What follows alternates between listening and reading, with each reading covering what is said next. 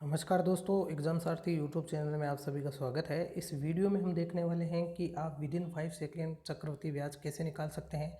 चाहे आपको 2 वर्ष का निकालना हो, 3, 4 या 5 वर्ष का ही क्यों ना निकालना हो, तो वीडियो में बने रहिए। दोस्तों, जो ट्रिक है वो ये है कि आपको ये रेशियोज़ जो लिखे हुए हैं ये याद रखने हैं। अब इसको याद करने का सबसे सिंपल तरीका है जो कि आपके सामने लिखा हुआ है। 1 वर्ष के लिए तो सीआई और एसआई दोनों समान ही होते हैं, तो आप 1 वर्ष के लिए तो डायरेक्ट फार्मूला भी लगाएंगे एसआई का, तो ब्याज आप निकाल लेंगे। वो चक्रवृद्धि ब्याज और साधारण ब्याज दोनों बराबर ही होगा, उसमें कोई दिक्कत नहीं है। पीआईटी अपॉन 100 करके निकाल सकते हैं। लेकिन अगर 2, 3 या 4, 5 वर्ष का अगर पूछ लिया जाए तो आप कैसे निकाल सकते हो विद इन 5 सेकेंड। तो उसके लिए आपको 2 वर्ष के लिए रेशियो याद रखना है 2:1। इसी तरीके से 3 वर्ष के लिए याद रखना है 3:3:1। इसी तरीके से 4 वर्ष के लिए आपको रखना है 4:6:4:1।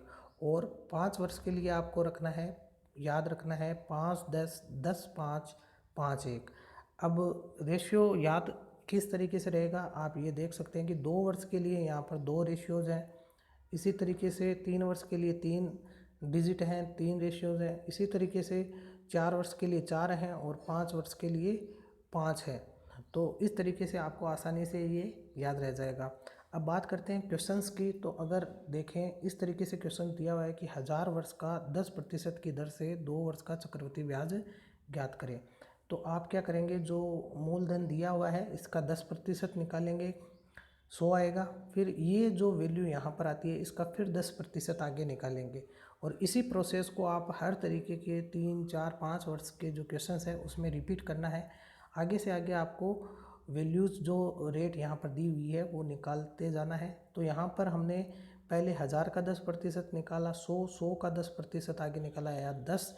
अब जो हमारा रेशियो था 2 वर्ष के लिए, क्योंकि यहाँ पे समय 2 वर्ष का दिया है इसलिए 2:1 का हमने रेशियो यहाँ 2 वर्ष के लिए लिया है।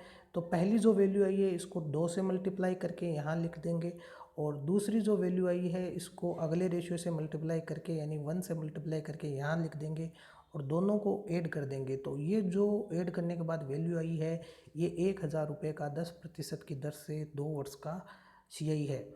इसी तरीके से अगर 3 वर्ष का क्वेश्चन दिया हो तो कैसे करेंगे, 1000 का 10% की दर से 3 वर्ष का सीआई।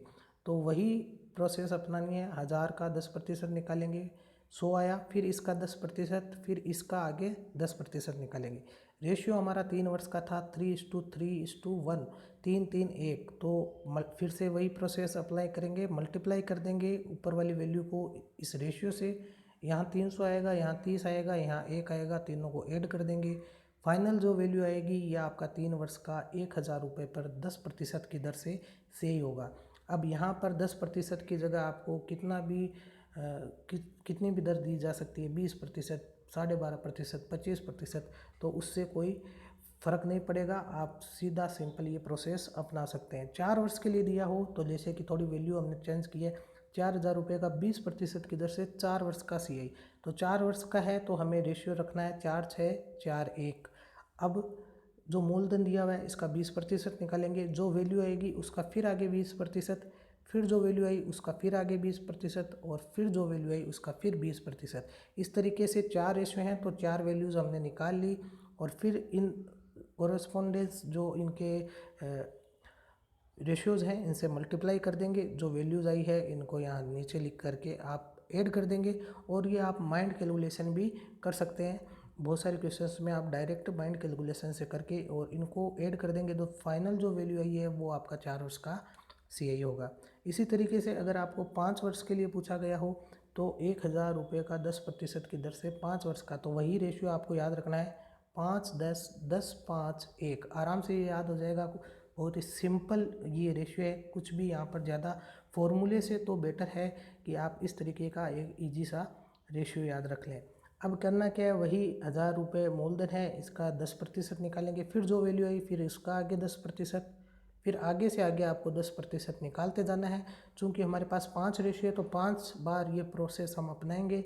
फिर जो हमारी वैल्यूज़ निकल के आई है इनको हम रेशियो से, जो इनके सापेक्ष रेशियो हैं इनसे मल्टीप्लाई कर देंगे, और जो वैल्यू हमारे पास आती है आखिरी उनको हम जोड़ देंगे तो ये फाइनल वैल्यू जो आई है ये 1,000 रुपये का 10% की दर से 5 वर्ष का चक्रवृद्धि ब्याज है। तो इसी तरह की ट्रिक्स पाने के लिए आप हमारे चैनल को सब्सक्राइब कर लें। आने वाले वीडियोस में हम इसी तरह की ट्रिक्स आपके लिए लेके आएंगे, जिससे कि आपकी जो मैथ्स की कैलकुलेशन है खासतौर पर कॉम्पिटिटिव एग्जाम्स में वो बहुत ही सिंपल हो जाएगी और आप चुटकियों में क्वेश्चंस को सोल्व करना सीख जाएंगे। वीडियो पसंद आए तो इसे लाइक करें, शेयर करें और हमारे चैनल को सब्सक्राइब करना ना भूलें। धन्यवाद।